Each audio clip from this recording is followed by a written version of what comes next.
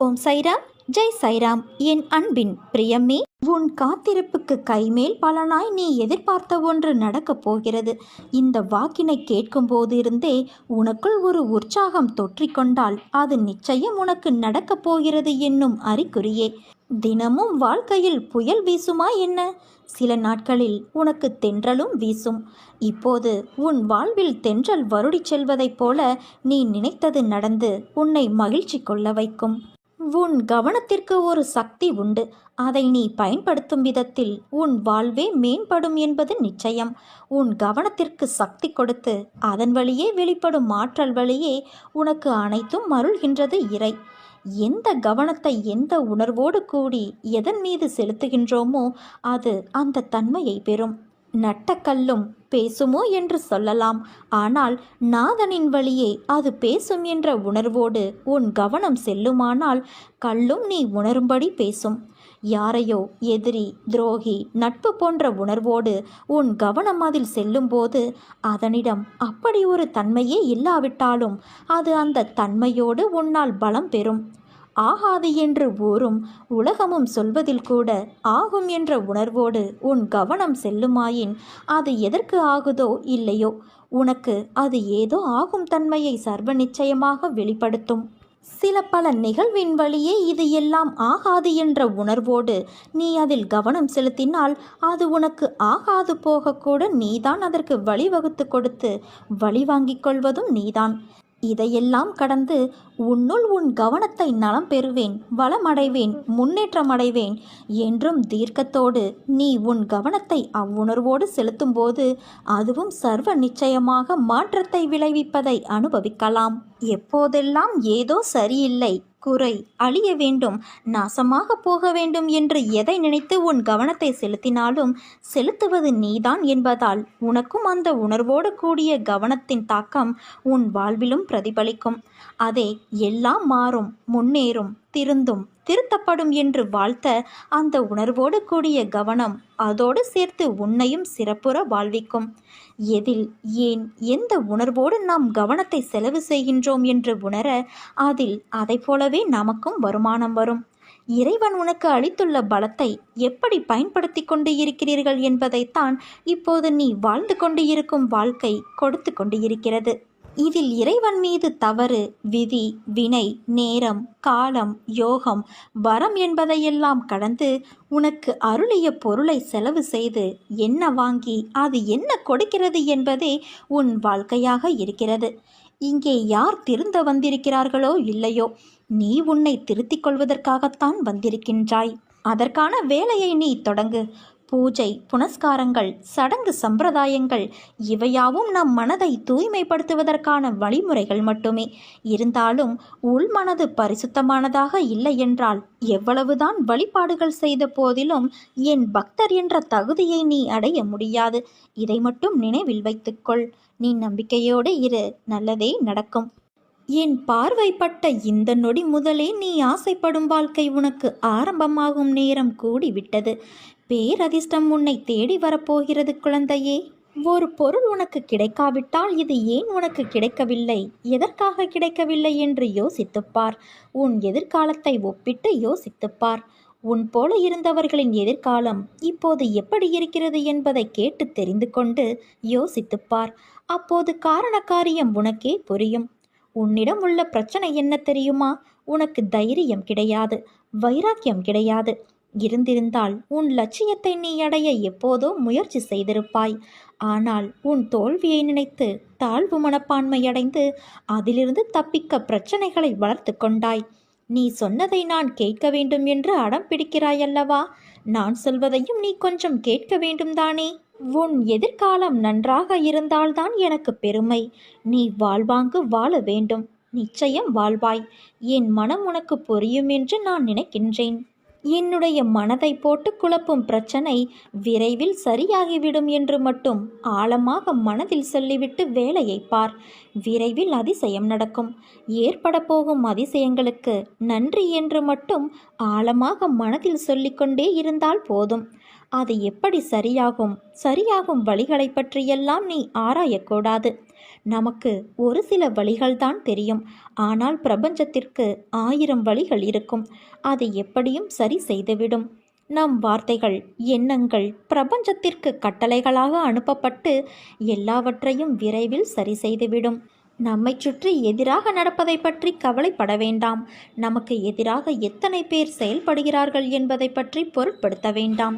பயம், குழப்பங்கள் வரும்போது பதட்டமில்லாமல் ஆழ்ந்த அமைதியாக இருக்க கற்றுக்கொள். நான் நம்பிக்கையாக இருக்கிறேன். விரைவில் அதிசயம் நடக்கும். ஏற்பட போகும் எல்லா அதிசயங்களுக்கும் நன்றி. பிரபஞ்சத்திற்கு நன்றி என்று மட்டும் ஆழமாக மனதில் சொல்லிக்கொண்டே இரு. நிறுத்தாமல் சொல்லிக்கொண்டே இரு. நம் வார்த்தைகள், சந்தோஷமான நம்பிக்கையான உணர்வுகள், எண்ணங்கள் போதும். எல்லாவற்றையும் சரி செய்துவிடலாம். நமது நேர்மறையான சக்தி இந்த பிரபஞ்சத்தை காட்டிலும் சக்தி வாய்ந்தது என்பதை மட்டும் உணர்ந்துவிடு. விதைத்தவன் தூங்கி விடுவான், ஆனால் விதை தூங்காது. எண்ணியவன் தூங்கி விடுவான், ஆனால் எண்ணம் தூங்காது.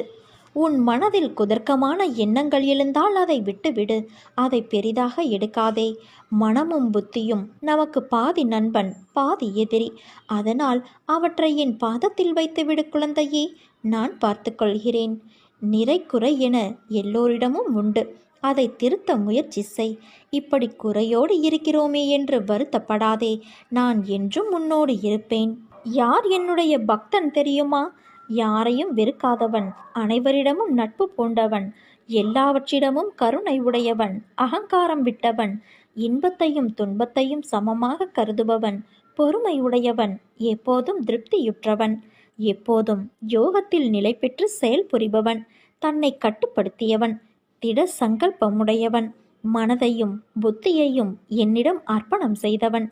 யார் பிறரை துன்புறுத்துவது இல்லையோ, யாரை பிறரால் துன்புறுத்த முடியாதோ, யார் மகிழ்ச்சி, கோபம், பயம், மனக்கிளர்ச்சி இவற்றிலிருந்து விடுபட்டவனோ, இத்தகையவனே எனக்கு பிரியமானவன்.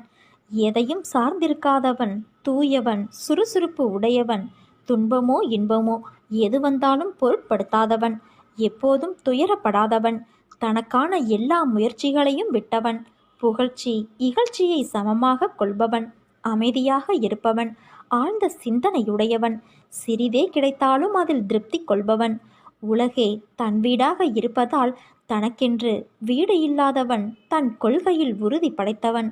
இத்தகையவன்தான் என் பக்தன். நிச்சயம் உன்னை நான் கரை சேர்ப்பேன். நானே கதி என்று இருக்கும் உன்னை எப்படி பாதையில் விடுவேன்? இன்னும் சிறிது காலத்தில் நீ எதிர்பார்த்தது உன் கையில் வந்து சேரும். நீ கவலைப்படாதே. நான் உன் முன்னேதான் அமர்ந்து கொண்டே இருக்கிறேன். உன் கோரிக்கைகளை கேட்டுக்கொண்டே இருக்கின்றேன். ஆனால் நீயோ, அப்பா எனக்கு நிம்மதியில்லை, சரியாக சாப்பிட முடியவில்லை, கழுத்தை நெரிக்கும் கடன்கள் எனக்கு நிறைய இருக்கிறது, எனக்கு நிறைய பணம் வேண்டும், நீங்கள்தான் கிடைக்க வழி செய்ய வேண்டும், சொல்லுங்கள் என்று கோருகிறாய். இதுதானே உன் கோரிக்கை? உனக்கு செய்யாமல் வேறு யாருக்கு நான் செய்ய போகிறேன்? ஆனால் வருவதற்கு முன்பு உனக்குள் இருக்கும் அகங்காரங்கள், அகந்தைகள், மமதைகள், ஆசைகள் இவை அனைத்தையும் தீ வைத்து எரித்து விட்டு வா. அஞ்ஞானத்தால் கட்டப்பட்டு தவித்து கொண்டு இருக்கிறாய். அதற்காக என்னை பரீட்சித்து பார்க்கிறாயா? நான் பாரபட்சமின்றி செய்பவன். யாருக்கும் பேதம் பிரித்து பார்க்க மாட்டேன். அனைவரும் என் பிள்ளைகள். உன் கர்ம பலன்கள் இப்படி உன்னை பேச வைக்கிறது. அது உன் தவறு இல்லை. ஆசைகளை தவிர்த்து விடு. உன்னை தேடி அனைத்தும் வந்து நிற்கும். நம்பிக்கை வேண்டும். தைரியமாக எப்படி வாங்க முற்படுகிறாயோ அதை அடைப்பதற்கும் நான் வழி செய்வேன். நீ என்னிடம் வைத்த கோரிக்கையை எப்போது நிறைவேற்ற வேண்டும் என்ற சிந்தனையில் உள்ளேன். விரைவில் உன் எண்ணம் அனைத்தும் பூர்த்தியாகிவிடும்.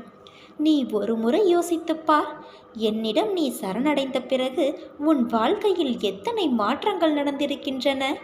நீ அந்த மாற்றத்தை பற்றி யோசிக்காமல் இன்னும் பழைய நிலையிலேயே இருக்கின்றாய். நீ எப்போது என்னுடைய நிழலுக்கு வரப்போகிறாய்? நான் உன் கையை பிடித்து விட்டேன். ஆனால் நீ இன்னும் பிடித்து கொள்வதற்கு தயங்குகிறாய். நீ பயப்படாமல் என் நாமத்தை மட்டும் சொல்லிக்கொண்டிரு. அனைத்தும் உன் வாழ்க்கையில் நீ நினைத்ததை விட பெரிதாக நடக்கும். வாழ்க்கை நிலை இல்லாதது. இன்று நீ இருக்கும் நிலை கண்டு கலங்காதே. உன்னை பார்த்து இவனைப் போல் வாழ வேண்டும் என்று உன்னை உதாரணமாக கொண்டு மற்றவர் வாழ நினைக்கும் அளவுக்கு உன் வாழ்வின் தரத்தை நான் உயர்த்துவேன். அமைதியை விட உனக்கு இப்போது எதுவும் தேவையில்லை.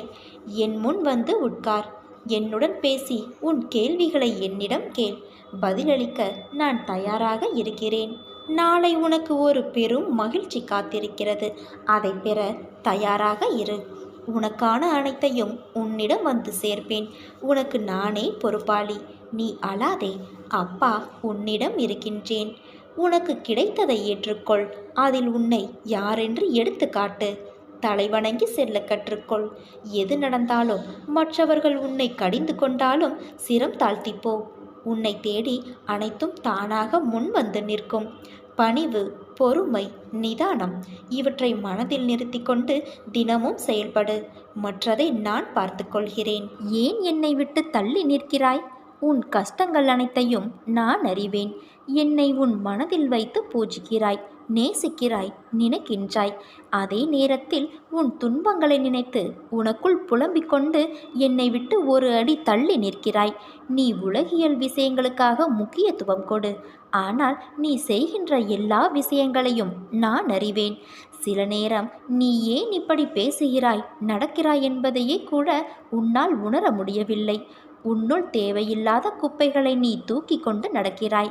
அதனால்தான் உன்னில் இருக்கும் விஷயங்களை கூட உன்னால் உணர முடியவில்லை. நீ செய்வதாக நினைக்கின்ற அனைத்தும் உன் சாயப்பாவான நான் தான் செய்கின்றேன்.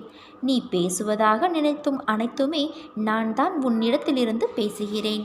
ஏனென்றால் நீ வெறும் பொம்மலாட்டத்தில் இசைக்கேற்ப ஆடும் பொம்மைதான் நீ. உன் சாயப்பாதான் அதை ஆட்டி வைக்கும் கருவி. அதனால் நீ பயப்பட தேவையில்லை. உன்னை நல்ல வழியில் வழி நடத்தி செல்வேன். உன் அம்மாவாக அரவணைத்து, அப்பாவாக நல்லது கெட்டதை அறிவுறுத்தி உன்னை என் கண்ணுக்குள்ளும் மனதிலும் வைத்து பாதுகாப்பேன். குழந்தையே, நீ பட்ட கஷ்டங்கள் மறையும் நேரம் நெருங்கிவிட்டது. நீ ஓடி ஒளிந்தது போதும். நிம்மதி இல்லாமல், பசி இல்லாமல், தூக்கமில்லாமல் அவதிப்பட்டது போதும். இனி உன் கண்ணீர் வீணாகக்கூடாது. நான் உன் அருகிலிருந்து உன்னை கண்காணித்து உன் கர்ம வினைகளை போக்கி உனக்கு நல்ல எதிர்காலத்தை உருவாக்கி இருக்கின்றேன். இனி வரும் காலம் எல்லாம் உன் வாழ்வில் இனிதாகும். இன்று கலங்குகிற நீ சீக்கிரத்தில் பூத்து குலுங்கப் போகிறாய் செல்வமே. நீ வாழ்ந்த இந்த வாழ்க்கையில் பலவற்றை இழந்துவிட்டாய். ஆனால் இன்று இழந்ததை புதுப்பித்து கொடுக்கவே நான் உன் அருகில் வந்திருக்கின்றேன். அனைத்தும் இந்த நிமிடத்திலிருந்து சரியாகிவிடும். இது உன் சாயப்பாவின் என் சத்திய வாக்கு. எனக்கு மட்டும் ஏன் எதுவும் சரியாக அமையவில்லை, என் வாழ்க்கை எப்பொழுது சிறப்பாக அமையும் என்ற எண்ணத்தை முதலில் விடு. உனக்கு கிடைத்த வாழ்க்கையை எண்ணி மகிழ்ச்சி கொள். ஏனெனில் உனக்கு சாதாரணமாக தோன்றும் வாழ்க்கையானது பலருக்கு கனவாக இருக்கிறது. வாழ்க்கையில் உயர்ந்த நிலையை அடைய வேண்டும் என்றால் கோபத்தை குறைத்து கொள்ள வேண்டும். உதாரணத்திற்கு, ஒரு வீட்டின் அடுப்படிக்குள் பாம்பு தெரியாமல் சென்றுவிட்டது. உள்ளே உள்ள பாத்திரங்கள் மேல் மெல்ல ஊர்ந்து போகும்போது ஏதோ ஒரு கூர்மையான பொருளால் அதனுடைய உடலில் சிறு காயம் ஏற்பட்டுவிட்டது. உடனே கோபத்தோடு அங்கு இருந்த ஒரு கூரான பொருளை கடிக்க முயன்றது. அந்த கூரான பொருள் கத்தியாகும். இப்போது கத்தி அறுத்ததால் அதன் வாய்ப்பகுதியில் இரத்தம் வர ஆரம்பித்தது. பாம்புக்கு உடனே கோபம் தலைக்கேறி அந்த கத்தியை சுற்றி வளைத்து கொள்ளும் நோக்கத்தோடு சுற்றி இழுக்க ஆரம்பித்தது. தன் பலம் முழுவதையும் சேர்த்து கடைசியில் என்ன ஆயிற்று? முழு உடலும் கத்தியால் வெட்டப்பட்டு காயமாகி இரத்தம் கொட்ட ஆரம்பித்தது. என்ன நடக்குது என்று புரிந்து கொள்வதற்கு முன்பே அந்த பாம்பு தனது செயலாலேயே உடல் துண்டாக்கப்பட்டு இறந்து போனது. இதே போலத்தான் நாம் நமது வாழ்க்கையிலும் மற்றவர்களிடம் தேவையில்லாத வார்த்தைகளை உபயோகப்படுத்தி விடுகிறோம். அதன் வீரியம் நம்மையே தாக்கும்போது நாம் செய்த தவறு என்ன என்பதை உணர்ந்து விலகி போகாமல் கடினமான வார்த்தைகளை பிரயோகிக்க ஆரம்பித்து அதன் விளைவாக நமது மன நிம்மதியை இழந்து தேவையற்ற கோபம், பதட்டம், மன அழுத்தம் இவற்றால் உள்ளத்தையும் உடல் நலத்தையும் கெடுத்து கொண்டு நம்மையே இழந்து விடுகிறோம். தேவையற்ற கோபத்தை விடு. நீ இன்பமாய் வாழ்வாய். என் வார்த்தைகள் மீது நம்பிக்கை வைத்து செயல்படு. வாழ்க்கையில் நடப்பவையெல்லாம் உன் நன்மைக்கே என்று நினைத்துக்கொள். நீ என்னை தஞ்சமடைந்த பிறகு யாரை தேடியும் எதற்காகவும் செல்ல வேண்டிய அவசியமில்லை. உனக்கு தேவையான அனைத்தும் எனதருளால் உன்னை வந்து சேரும். உனக்கு ஒரு விஷயத்தை சொல்கிறேன் கேள். நான் உன்னுடன் எங்கும் எப்போதும் இருக்கிறேன். நீ சிறிதும் கவலையில்லாமல் இரு என் தங்கமே. எந்த ஆபத்திலிருந்தும் நீ முழுமையாக காப்பாற்றப்படுவாய் என்பதில் உனக்கு எந்தவித சந்தேகமும் வேண்டாம். என்னுடைய பக்தர்களை எக்கணமும் அச்சுறுத்துகின்ற ஆபத்துக்களின் கோரப்பற்களிலிருந்து நான் வெளியே இழுத்து விடுவேன். எனது கண்களை நன்றாக உற்றுப்பார். உன் வலிகளை மௌனமாக குணப்படுத்தி உனக்கான நல்ல நேரத்தை நான் உருவாக்கி கொண்டு இருக்கிறேன். அப்பா, சொல்கிறீர்களே தவிர என் வீட்டில் இருந்து கொண்டே இப்படி கஷ்டங்களை வர நீங்கள் அனுமதிக்கலாமா? நம்பியவர்கள் எல்லாம் மோசம் செய்கிறார்கள். நீயும் என்னை ஏமாற்றி வருகிறாயே என்று என் மீது கோபம் உனக்கு. குழந்தையே, நீ என் மீது பக்தி செலுத்துகிறாய், பாசத்தோடு உன் மனதில் வைத்திருக்கிறாய். ஆனால் ஒரு பிரச்சனை என்றால் நீதானே சமாளிக்க ஓடுகிறாய். என்னை எங்கே நீ வேலை செய்ய விடுகிறாய்? பிரச்சனையின் உச்சத்தில் தீர்வுக்கு மற்றவர்களை நாடி செல்கிறாய். இதனால்தான் நான் உன் வீட்டில் வேலையே இல்லாமல் வேடிக்கை பார்க்க வேண்டியுள்ளது. எனது அப்பா சர்வ வியாபி என்பதை உணராமல் ஒதுக்கி வைத்துவிட்டு நீ போராட்டத்தை கையில் எடுக்கும்போது எனது வேலை தடைப்பட்டு விடுகிறது. உன் வாழ்க்கையில் நடக்கின்ற அனைத்தையும் உன் சாயப்பா நான் அறிவேன். நடக்கப் போவதையும் நான் அறிவேன். இவ்வுலகில் படைக்கப்பட்ட அனைவருமே என் பிள்ளைகள். எனது என்ற எண்ணம் எதற்கு? என் முன்பு என் பிள்ளைகள் அனைவரும் சமம். என் செல்ல குழந்தையே, நீயாக என்னிடம் வரவில்லை. உன்னை பறவையின் காலில் கட்டிய கயிற்றை போல நானாகத்தானே உன்னை இழுத்தேன், இங்கு வரவழைத்தேன். பிறகு ஏன் இந்த எண்ணம்? உன்னிடத்தில் எப்போதும் நான் இருப்பேன். உன் வாழ்க்கை என்பது நீ இயற்றியதல்ல, நான் இயற்றியது. உன்னை அதில் நான் தான் பொருத்தினேன். நீ எதற்கும் காரணமில்லை. உன்னுடைய ஒவ்வொரு நிமிடத்தையும் நானே செதுக்குகிறேன். நீ எதற்கும் பொறுப்பல்ல. நீ சிரித்தால் அது நானே, நீ அழுதால் அதுவும் நானே. உன் வினையின்படி நீ அனுபவிக்கின்றாய். உன் துக்க நாட்கள் முடியும் தருணம் இது. உன் காலங்கள் வசந்த நிறைந்த தென்றலாய் மாறும் காலத்தை நீ விரைவில் தொடத்தான் போகின்றாய். உன்னை துரத்தி கொண்டிருக்கும் கடுமையான துயரத்திலிருந்து விடுபட முடியாமல் கடும் வேதனையடைந்து அதை பகிர்ந்து கொள்ளக்கூட எவரும் இல்லையே என்று கலங்கிக் கொண்டு இருந்த உன்னை நான் தேர்ந்தெடுத்து உனது துயர் துடைக்க உன்னை தேடி நீ இருக்கும் திசையை நோக்கி நான் ஓடி வந்திருக்கிறேன். நான் விரும்பாமல் எவரும் என்னை தேடி வர முடியாது. இழந்ததையெல்லாம் உனக்கு மீட்டு மீண்டும் தருவேன். உனது முன்னோர்களும் உன்னை பெற்ற தெய்வங்களும் செய்த பூர்வ ஜென்ம பந்தமும் புண்ணியங்களும் என்ன தெரியுமா? நான் உனக்கு மானசீக குருவாக கிடைத்தது. அதனால்தான் நான் உன்னை தேர்ந்தெடுத்து உன்னை தேடி உன்னுடன் இருப்பதற்காக வந்திருக்கிறேன். எந்த சூழ்நிலையிலும் தனிமையில் இருக்கும்போதும் யாருமே இல்லையே, எனக்கு யார் இருக்கிறார்கள் எனக்கு உதவி செய்ய, எப்படி நடத்தப் போகிறேன் என்று கண்ணீர் மல்க எனது பாதங்களில் விழுந்து அழுது கொண்டு இருக்கிறாய். உனக்கு வேண்டியதை செய்ய நான் இருக்கும் பொழுது நீ எதற்காக கலங்குகிறாய்? உனக்கு நான் குறித்துள்ளது அனைத்தும் மிக விரைவில் வரக்கூடிய நாளில் உன்னை தேடி வந்து வேண்டியதை தந்து உன்னை வழி நடத்தி செல்லவே நான் இருக்கிறேன். நீ விரும்பிய தோற்றத்தில் நான் உனது கண்முன்னே தோன்றுவேன். உன்னை பாதுகாத்து வழி நடத்தி உயர்த்துவதே எனது தலையாய கடமை. மீண்டும் உனது கைகள் ஓங்கப் போகிறது. அதை நானும் கண்டு கழிக்கப் போகிறேன். எந்த ஒரு கடினமான சூழ்நிலையிலும் நம்பிக்கையை இழந்து விடாதே. உன்னுடன் உன் சாய் தெய்வா நான் இருக்கிறேன். என்னிடம் வரும் அனைவருக்கும் என்னுடன் கடந்த கால உறவு இருக்கிறது. அது மனிதனோ பறவையோ, இப்பிறவியிலேயே அவர்களை என்னிடம் கொண்டு வருவதும் நானேதான். நான் அவர்களை என் நல்லாசையுடன் விடுவிக்கிறேன். என்னை நம்பும் நபர் நிலைமை எவ்வளவு கடினமானதாக இருந்தாலும் ஒருபோதும் தோல்வி அடைவதில்லை. அவர் எப்போதும் வெற்றிகரமாக வெளியே வருவார். உன் வாழ்வில் மாற்றத்தை உண்டாக்குவேன். இந்த மாற்றம் இப்போதைய உனது தடுமாற்றம் போன்றோ ஏமாற்றம் போன்றோ இருக்காது. என் வார்த்தைகள் மீது நீ நம்பிக்கை வை என் தங்கமே. இல்லாவிட்டால் நான் செய்யும் அற்புதங்களின் காரணமாகவாவது என் மீது நம்பிக்கை வைத்து என் நாமத்தை தினமும் ஸ்மரணை செய். உன் கோரிக்கைகளை விரைவில் நிறைவேற்றி உன் பிரார்த்தனை அனைத்திற்கும் பதில் கொடுப்பதற்காகவே நான் அவதரித்து வந்தவன் என்பதை நீ உணர்ந்து கொள். நீ நீண்ட காலமாக ஏங்கி வேண்டி நின்றது அனைத்தும் மிக விரைவில் கிடைக்கப் போகிறது. நம்பிக்கையோடு நீ காத்திரு என் தங்கமே.